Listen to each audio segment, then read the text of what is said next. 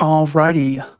Welcome to the Libertarian Institute. My name is Keith Knight. I am managing editor at the Libertarian Institute. Today, I'm joined by my news editor, Kyle Anzalone, to discuss the fundraiser that we currently have going on. We would like to get up to $60,000 this month if you guys would be willing to make a tax-deductible donation to the Institute. Kyle and I would greatly appreciate it. The vast majority of our funds are allocated towards payroll as opposed to big buildings or flyers that people get in the mail and almost inevitably throw out. We really try to economize on where our scarce dollars go. We really appreciate anyone who is willing to donate. So in order to let people know what their money is going to, I wanted to get Kyle on so we could walk through some of the research that we're doing in hopes of creating a free online libertarian education so people could come to our website, libertarianinstitute.org,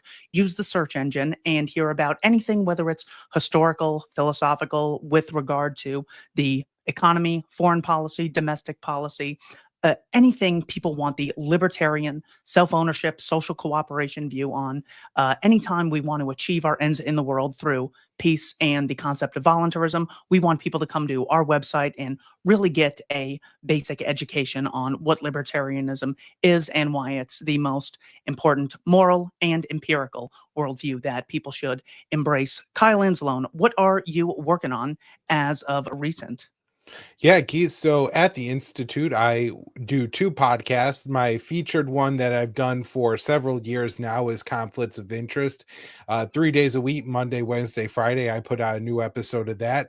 And then on Monday and Wednesday evenings, I do my other show, the Kyle Anzalone Show. I have a producer for that. It's like a really awesome thing. I'm still building it, still working on it. It's fairly new, but I feel like I'm really starting to get in a groove with that show. And it's really great because not only am I just breaking down the articles that I write, but I'm also bringing in, clips from some of the more prominent senators or political commentators in the US and breaking those down as well. So, because I think sometimes with conflicts of interest, I get so caught up in the news and the truth that I don't always have time to debunk and talk about the lies being told and the conversation that's actually going on. So I really do get into that on the new show.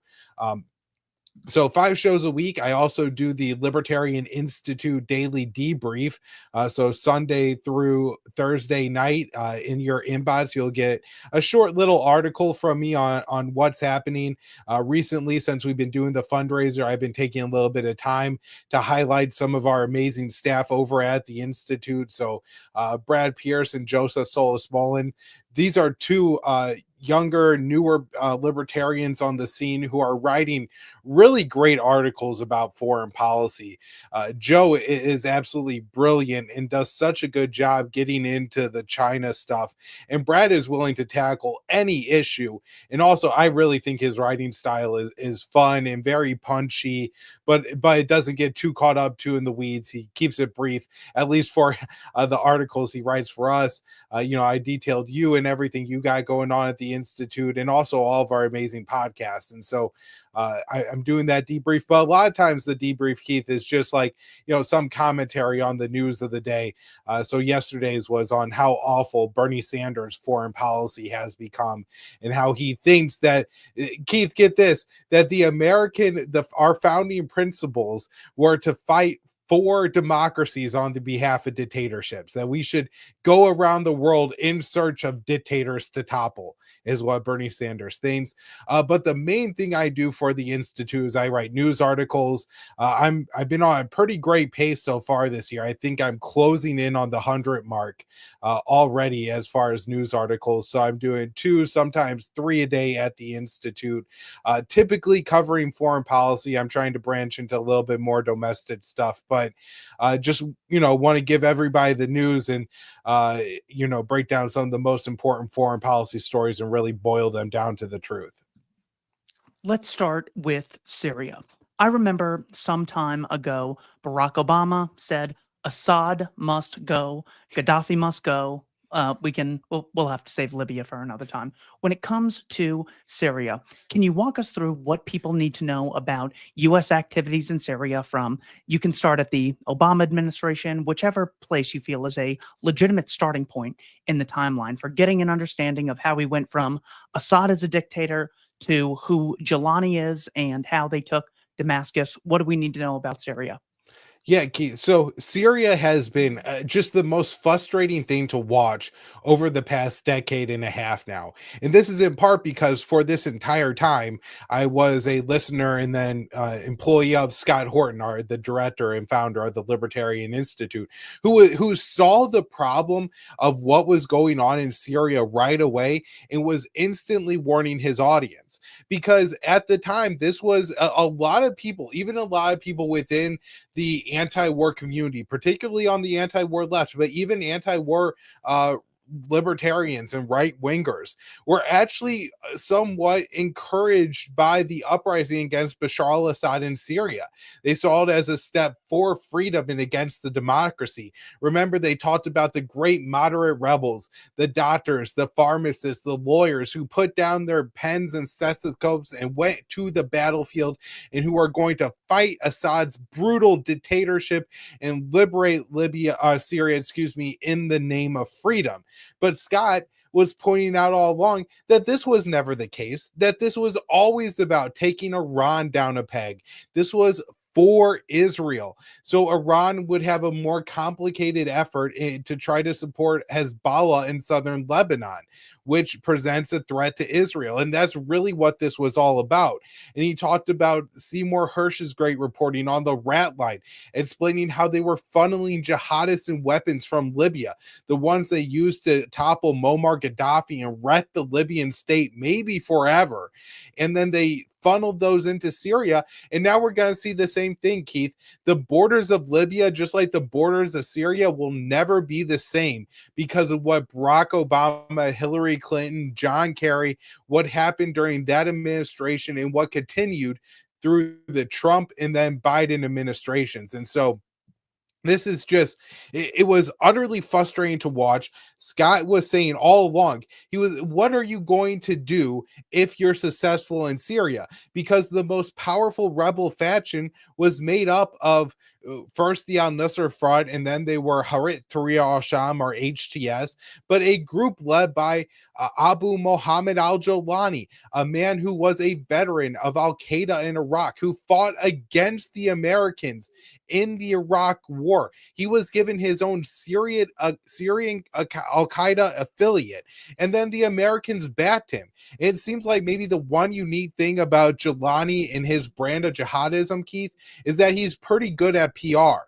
And so he's been able to present himself as now a moderate and embraced by the Western press and political class. We've had, at least under Biden, American diplomats going to Syria to embrace Jolani, to embrace an Osama bin Laden sworn jihadist. This is who they were embracing, saying, he's reformed from his head chopping days. Now he's one of these moderate, jihadists or something absurd like that. And so for Scott to have predicted that, again, probably more than a decade ago, and then seeing as we got closer and closer and closer to this happening. I mean, there's so many frustrating stories about Syria throughout the whole thing, Keith, like the fake chemical weapons attacks and how, in the process of the United States trying to invent these chemical weapons attacks in Syria to have an excuse to invade and bomb the Syrian government.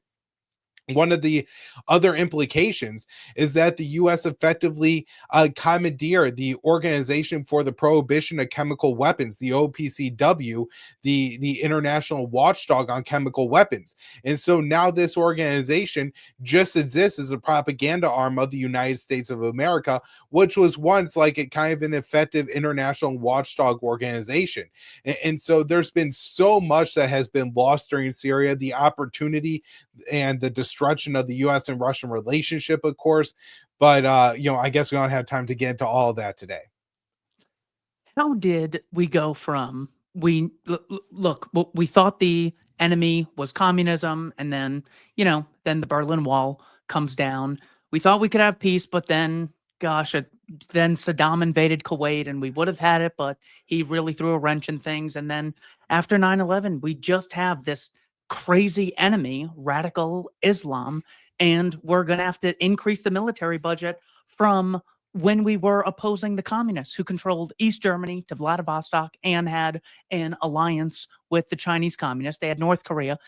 We needed a big military to fight that. Also, we need an even bigger military to fight 400 members of Al Qaeda in 2001. Okay.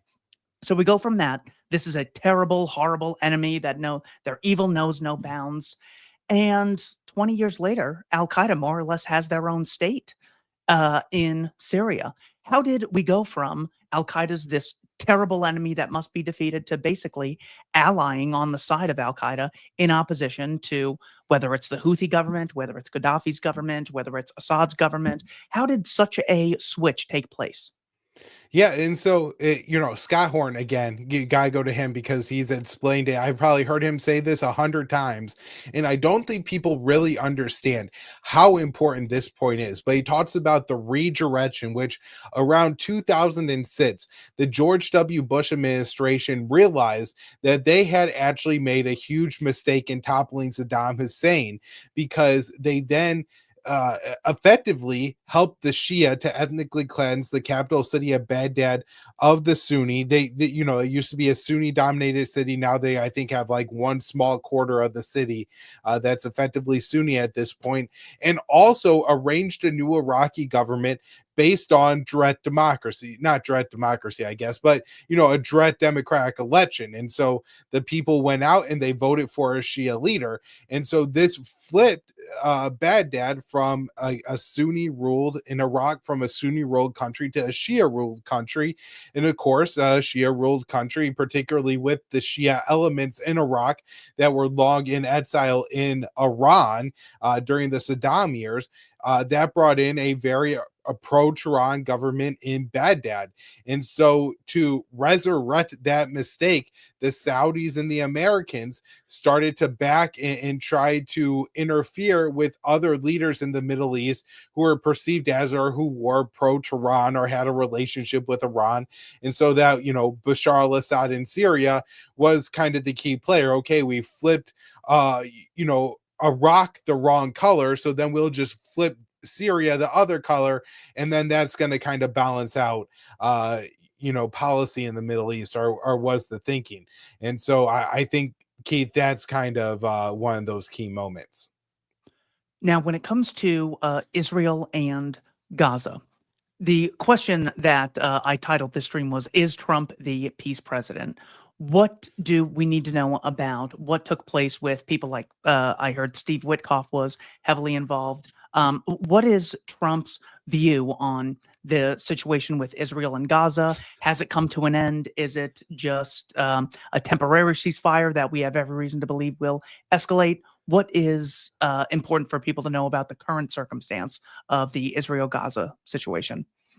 Yeah, so Keith, I gotta say the first thing is I find Trump to be unpredictable and hard to read at times. And on this Gaza situation, that's kind of where I still am with Donald Trump. I could go ahead and break down his policy, but when he's posting things like that AI generated video of Trump Gaza, he has to know that this is a joke, but at the same time, he is talking about removing the Palestinians from Gaza and then rebuilding this Riviera of the Middle East. And this is something that he has said time and time again. And look, we had to go back to his first administration and realize that his son-in-law, Jared Kushner, was given a vast amount of power over the policy in the Middle East. That's where the Abraham Accords come from, the deal of the century. And so this is something that Jared Kushner had previously talked about. And we ran a really good article at the Libertarian Institute by Matt Wolfson. We've run a few articles by him, and they're absolutely fantastic, all of them. And this one, he goes into how this isn't just something that Trump said out of nowhere. This is actually something that's been talked about and that papers have been written on. And so I think it's a real possibility that Trump actually does foresee the ethnic cleansing of Gaza and the rebuilding potentially of some international-ish state or community there, but probably just annexation by Israel and then built into resorts by Israel. But to look at Trump's kind of full policy, you of course had to go back to the Biden administration and realize that there had been a deal on the table effectively since December of 2023 to bring about the ceasefire that we got in January, the day before Donald Trump took office. And so a whole year and a month went by of unnecessary warfare. Many Israeli hostages were killed in that time too, not just Palestinians, but certainly tens, if not 100,000 Palestinians were unnecessarily killed during that time when we could have had this deal. And what it was Steve Witkoff going to Israel and telling Netanyahu that you will accept this ceasefire deal. At least that's how it was reported to the public. Of course, we didn't have anybody in the room at the time. And so on January 19th, the last day of the Biden administration, the ceasefire takes effect and Hamas starts releasing Israeli captives, and Israel is releasing Palestinian captives, and also some additional aid is entering Gaza. Now, over the first phase of this deal is supposed to be a 3-phase deal, and during the first phase of the deal, there's several things that are supposed to happen. So Israel is supposed to allow in mobile homes and temporary shelters into Gaza. They don't do that. They're supposed to allow in 800 trucks of aid a day. They don't go that far. At times, they have allowed in a few hundred trucks of aid a day, but certainly nowhere near the levels that they have been supposed to. And Israeli forces have killed well over 100 Palestinians in Gaza over the past 6 weeks. So the Israelis definitely violated the agreement quite a bit. Hamas, for their end, had these pretty elaborate release ceremonies for the Israeli captives. And while that was maybe not a violation of the agreement, it certainly was a violation of the spirit of the agreement. Now, the Israelis also beat a whole bunch of the Palestinians that they released and then raided the homes and kind of humiliated the families and prevented them from celebrating the release of the Palestinian captives. So there's definitely some foul play on the agreement on both sides there. But Now, during I just go want ahead. people to get an idea of the destruction that we're talking about here. I'm going to pull this up on the screen. It's only like 18 seconds, but this is aerial footage from Rafah. I did find this from Al Jazeera. I didn't share it immediately because I didn't know if it was fake or not. But let me just give the audience an idea for those unfamiliar with what the place looks like now.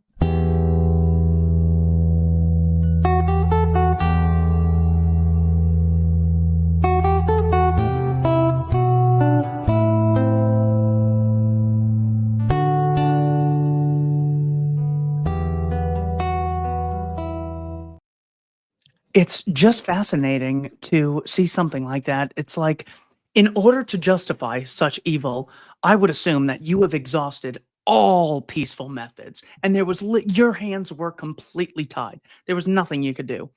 When you look at something like that, you realize there's an old adage: the state has all of our instincts without our constraints.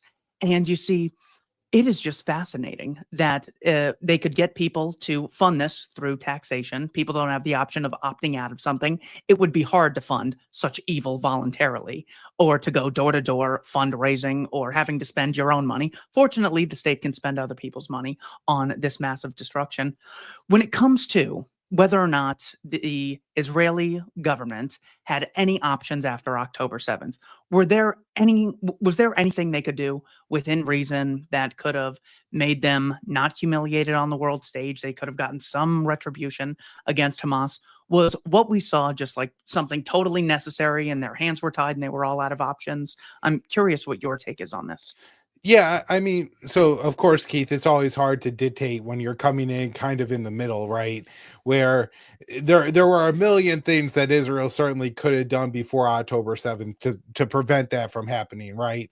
But say you're in the Israeli security cabinet on October 7th, what do you think is like the most reasonable thing to advise?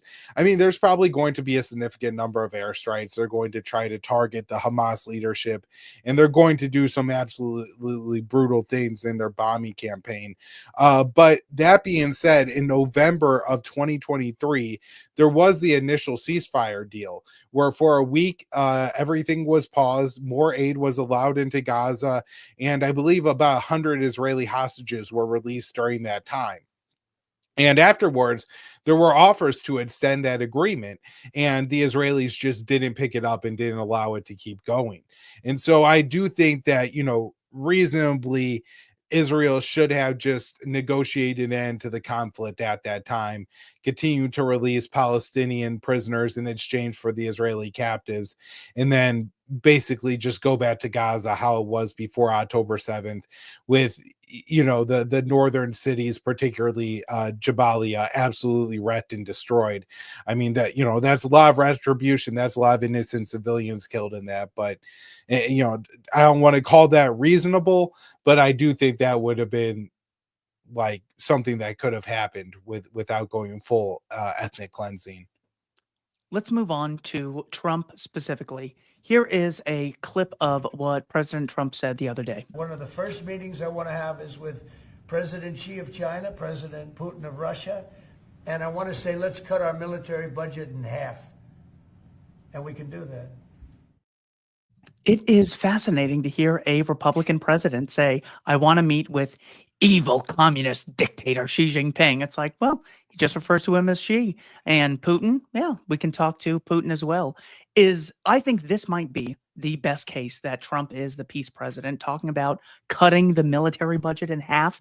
Never heard Obama say that. Never heard Clinton saying that during his campaign. I mean, I haven't heard Bernie or Elizabeth Warren or anyone even come close to that. Is there reason to be optimistic on this front with Trump? Well, when he first said this, Keith, I was like, oh, that's awesome. And then I thought about it and I said, even if it's 10%, that would be a huge victory.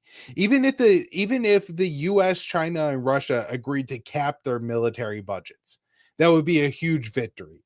Right. And I think actually capping budgets is probably the wrong way to do it because there's so much room to cheat there, particularly on the Russian and the Chinese side, where the Americans, we overpay companies quite a bit of money to produce these weapon systems, where I think we're in Russia and China, a lot of the weapons production companies are more just state owned.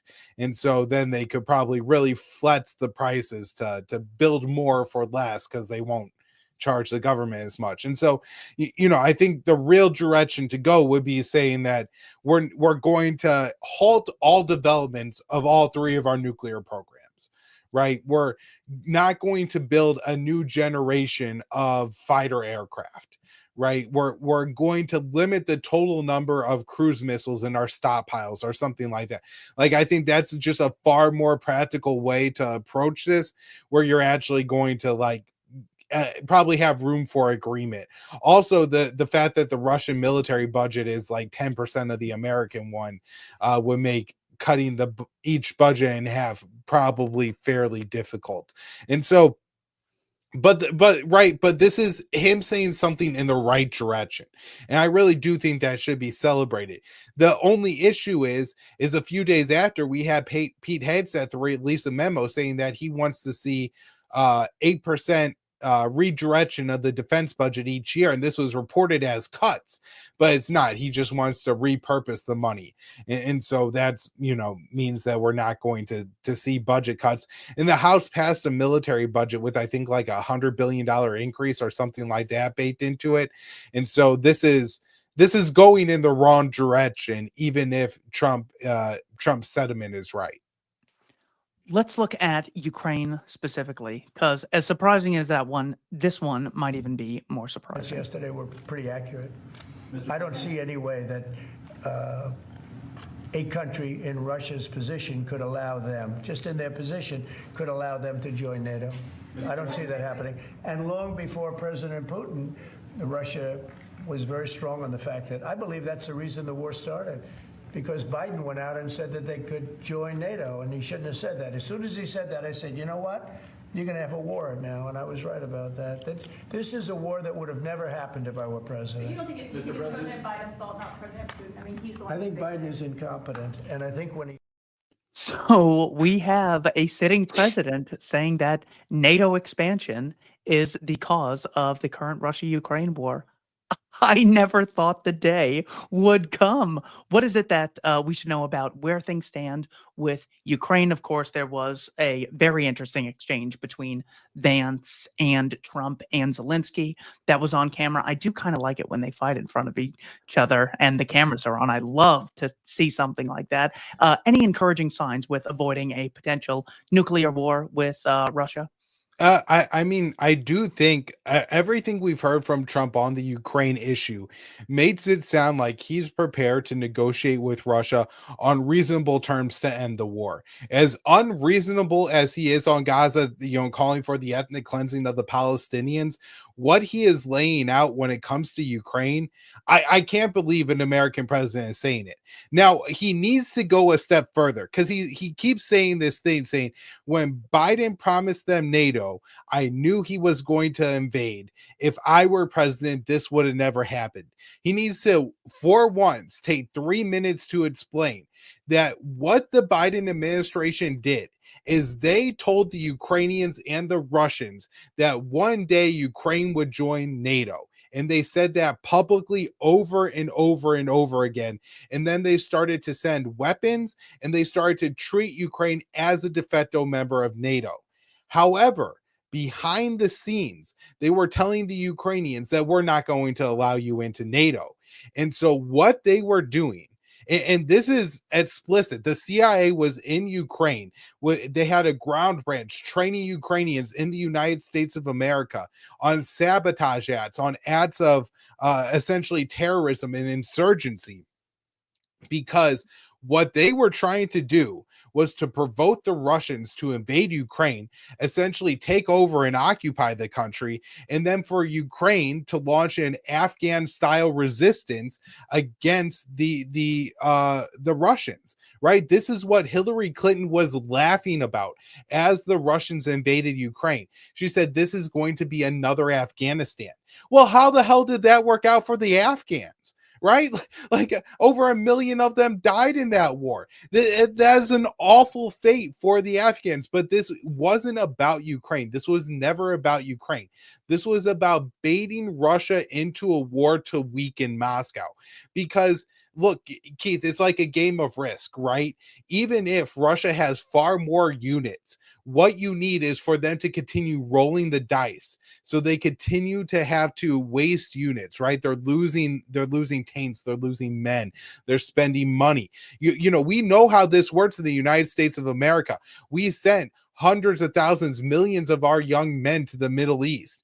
And this is far more brutal warfare, but we learned our lessons. It has cost us so much. It has been wasted in Afghanistan and Iraq for the Americans. And the Russians are wasting so much in Ukraine. But what we did is we found the one red line that we could not cross with Russia, and we crossed it to provoke an invasion. And worst of all, Keith, I really don't even think this is about Russia. I really think it's about China. That they saw that the blunders of the Obama, the first Trump administration, the early years of the Biden administration locked in an alliance and a relationship between Moscow and Beijing. And they said, well, now that we have this massive bear and dragon combination, our solution is to weaken, maybe even fracture, destroy the Russian state, replace Vladimir Putin. So the Chinese leader, no longer has an ally in Russia. And, again, Ukraine pays the blood price for all of this. Exactly. That is one of the great lessons that when you think of it, it might sound so nice and virtuous. We should give the French government a guarantee if they go to war against Germany. This was the thinking of the British Empire in 1912 and in 1914. And they gave them that guarantee. And after a long, bloody battle. I think the estimates are 1.37 million French deaths in the First World War because the British were so kind and virtuous to give them that guarantee. In, I want to say, March of 1939, they gave the Poles a war guarantee that if the Germans invade Danzig, they didn't declare war on the Soviets when the Soviets invaded Poland, but when Germany invaded Poland in the area of Danzig, even though it was 95% German, they were more or less a very heavily mistreated minority. The British Empire said, hey, we are going to defend Poland. Resulted in roughly 7 million Polish deaths and Poland under Bolshevik occupation for decades to come.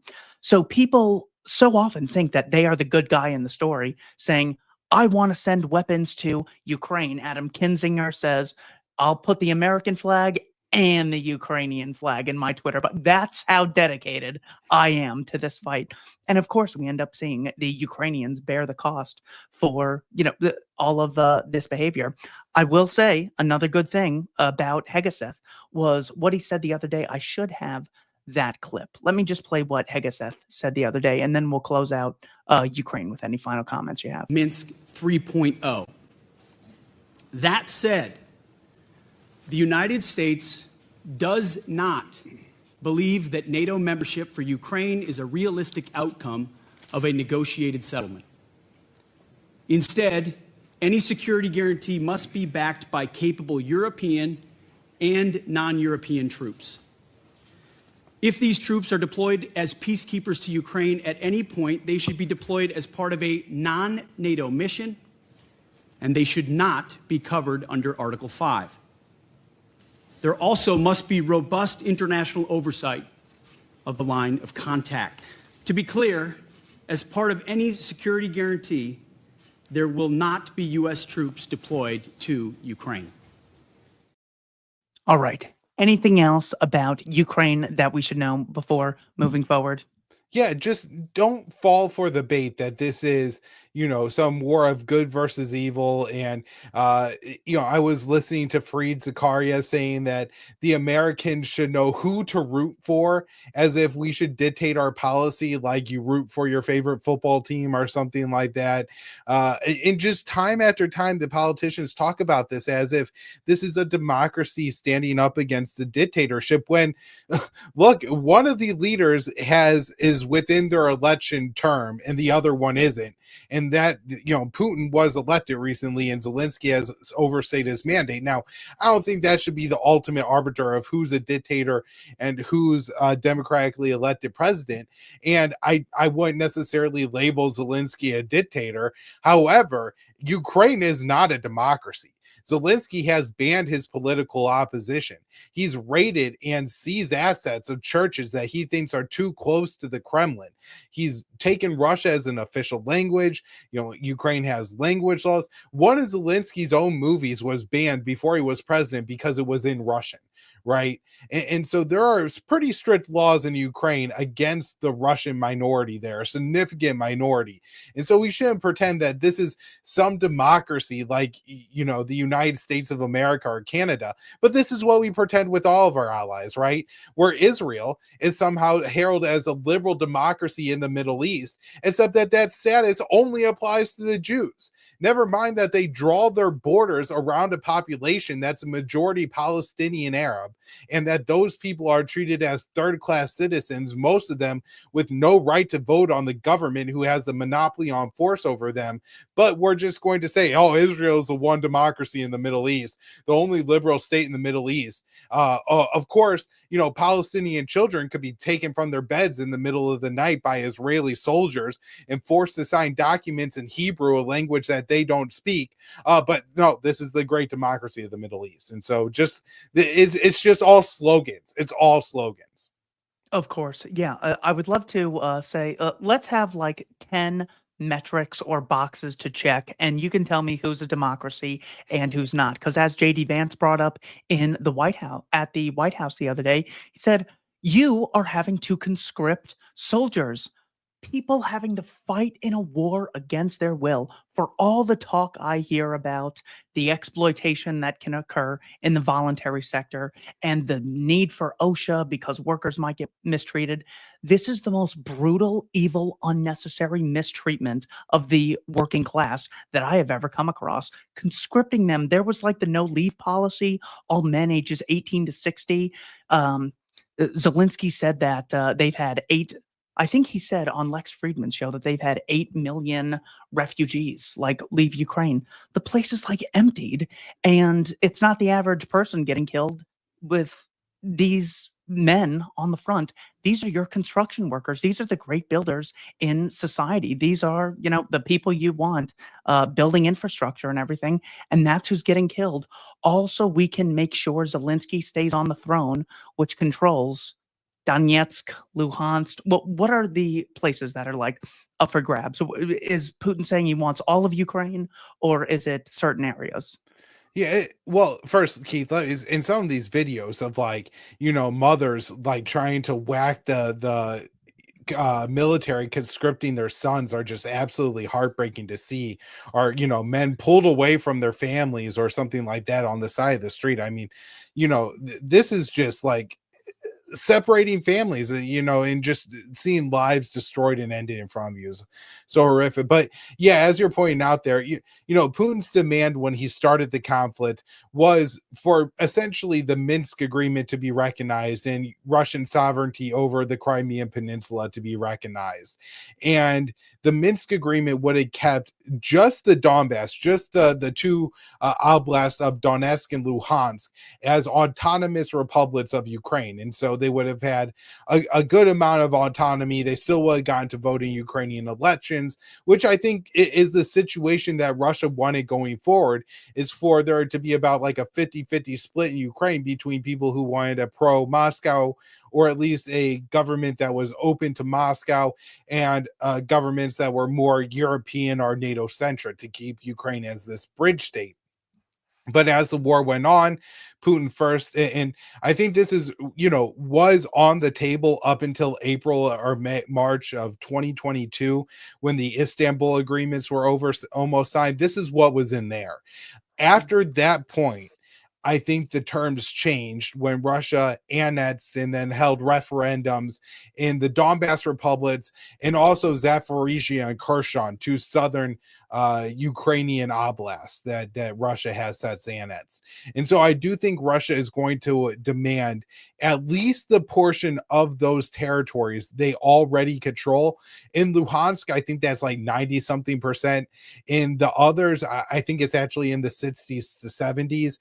And so there's a lot of territory there that Russia claims that their troops actually don't control at this point. And so there may be room at the negotiating table to decide who gets this territory. Ukraine may get to keep some of it, but I do think that the majority of those 4 oblasts, along with the Crimean Peninsula, are Ukraine's post-Cold War borders that they will have to give up if the war ends sometime soon, Keith. Now, it's important to remember that if this continues to drag out, if the Ukrainian army collapses, right? Currently, Ukraine is still able to inflict blood and cost on the Russians as they advance. And so I think that's limiting Russia's demands at the negotiating table. But imagine if Zelensky refuses to negotiate and his army completely collapses, and then Putin essentially gets to go to the negotiating table with Zelensky at the barrel of a Russian gun and gets to dictate terms to Zelensky. Ukraine could lose far more than what they already have. And I think this is something that Trump recognizes, and one of the reasons that he's pushing so hard to get Ukraine to negotiate. Excellent points. Thank you for summarizing those. We have a number of books available at the Libertarian Institute. Provoked, of course, is Scott Horton's ultimate research project that he has been invited on the Piers Morgan show multiple times to discuss. My book, Domestic Imperialism, 9 Reasons I Left Progressivism. This is more or less 15 years of research summarized in 58 pages with an appendix that is a collection of my favorite quotes on economics foreign policy and philosophy. So often we hear about the need to have such a huge military because there is a hypothetical reality in which Vladimir Putin could violate our freedoms. Meanwhile, the domestic government violates every single freedom that we can imagine, and it's never enough money. Even if they get $6.27 trillion every year, they say, well, we're just going to need to find more ways to spend more money. And even in the case, as you mentioned, with Pete Hegseth saying that there will be an 8% reallocation, it is so difficult to get them to even talk about cuts or anything. Trump tried a cut freeze and a spending freeze, more or less, and a judge blocked it immediately. I mean, there are just so few constraints because the population is convinced that the state necessarily reflects the will of the people, and they believe that they have the incentive to look out for people when there is no economic incentive for them to do so. If the state doesn't protect you, well, then they say they need more money and power in order to protect you in the future. It's an expropriating property protector that takes 40% of your income, threatens to cage you, claims the right to conscript you on behalf of keeping you safe from other people who are attempting to violate your freedoms. This book, Domestic Imperialism, you can buy a copy in exchange for, you can get a copy as a gift in exchange for a donation, or you can just go to libertarianinstitute.org and read the free PDF on here. We also have an excellent book called Diary of a Psychosis, How Public Health Disgraced Itself. In brief, Thomas E. Woods Jr. takes the claims of scientific experts and says, okay, we need lockdowns and mask mandates. We need them because they save lives. What Woods does is he attempts to falsify this theory and say, so if I compare states with the most severe lockdowns in America and states that had the least severe lockdowns, we should see just blatantly a disparity in the number of deaths. We should see the heavy lockdown states have very few deaths and the no lockdown states just walking over piles of bodies as you're trying to get to work every day. The dichotomy was clear in East and West Germany. One had much more capitalism than the other. There was a clear dichotomy in North and South Korea. We see a clear dichotomy. So when we have different policies regarding lockdowns, we should see a big disparity in the outcomes. So, Thomas Woods puts this to the test, has the foreword written by Jay Bhattacharya, and makes the claim that even in the case of a deadly virus, state intervention still, one, isn't morally justified, isn't economically beneficial, and the people who have the power to control you don't have the incentive to make sure that your well-being is actually on the line. As greedy as corporations are, if they don't meet consumer demand, they could end up like Blockbuster, they could end up like Sears, they could end up like Kodak or A&P Grocers. We have the freedom to disassociate with bad actors in the free market, something we don't have when it comes to the state. That's why the Libertarian Institute is so vitally important. Kyle Anzalone, any closing thoughts before we take off? Well, yeah, that book, Tom Woods' book, The Forward, is by Jay Bhattacharya, who is Trump's NIH, right? Yes. So you know that's pretty cool. I mean, not only is Tom Woods' book excellent, and I remember his coverage of COVID throughout the pandemic was just so refreshing. I guess that he was coming at it from such a refined and intelligent position and with such great guests, but at the same time was not repeating everything you heard on the mainstream media. And so when I went through and I read that book, it was there are so many things that happened during COVID that you kind of forget about. Like some parts of the pandemic you remember, or at least until they redo the floors at the grocery store and they finally get the last of the like sticky stuff from all the directions on where you're supposed to walk and which way you go up and down each aisle. But there's so many other things about like double masking. Or just all the other absurdity. Anthony Fauci gave one of his congressional hearings with 2 masks on, right? Like there's just so much from the pandemic that you really can't remember about how right you were the whole time. And that book's a really good tour to go down memory lane there. And I totally forgot that this book, I read this book some time ago, The National Debt and You, What It Is, How It Works, and Why It Matters. This is Joe Salas Mullins bringing the Austrian School of Economics into the present day, which of course there are many people who do, but I thought this book was an excellent brief introduction. So when I read the original script, it was about 100 pages, I believe. This is excellent bang for your buck and for your time. I just remember learning something on every single page of this book. So if people want a new book, seeing how Austrian economics is important to not just the analysis of Herbert Hoover's actions in the Great Depression, but how it actually matters today and how every additional dollar the government spends, it's relocating, it's reallocating sources away from what could be achieved in the voluntary sector. It's commonly been referred to as printing power. So for every piece of concrete that is used to make a state building, it's not used to make a company in the voluntary sector that can actually meet consumer demand and get this feedback mechanism of meeting consumer demand and getting rewarded through profits. It's taking it out of the social cooperation sector and into the coercive sector. And for all of these exchanges, the more money the state spends, the worse the worse we are all as a causal result, because they don't have the voluntarist feedback mechanism that the free market provides. And of course, Scott's book is just amazing. I know it's like 690 pages with thousands of footnotes, but right when I got the copy, I would just scroll through and I figured I'd read a few sections. I ended up reading the whole thing because I think it's so good. I loved getting his brief explanation of the defense planning guidance memorandum. That one is always just so vitally important. Let me actually tell one quick thing, because you mentioned that the war is to weaken Russia and then bring China in. I spoke with someone on Vivek Ramaswamy's presidential campaign while he was running. And I said, so Ramaswamy calls himself a Nixonian realist. And it was actually Nixon who went to Beijing with Kissinger and shook hands with Chairman Mao and then later Deng Xiaoping. It's like, why are we vilifying China? They make tons of stuff. Why should I, hate a billion people who've never initiated aggression against me? And I was the guy I was talking to. This wasn't Ramaswamy. This was a guy on his team. He leans in and goes, "All right, here's the deal.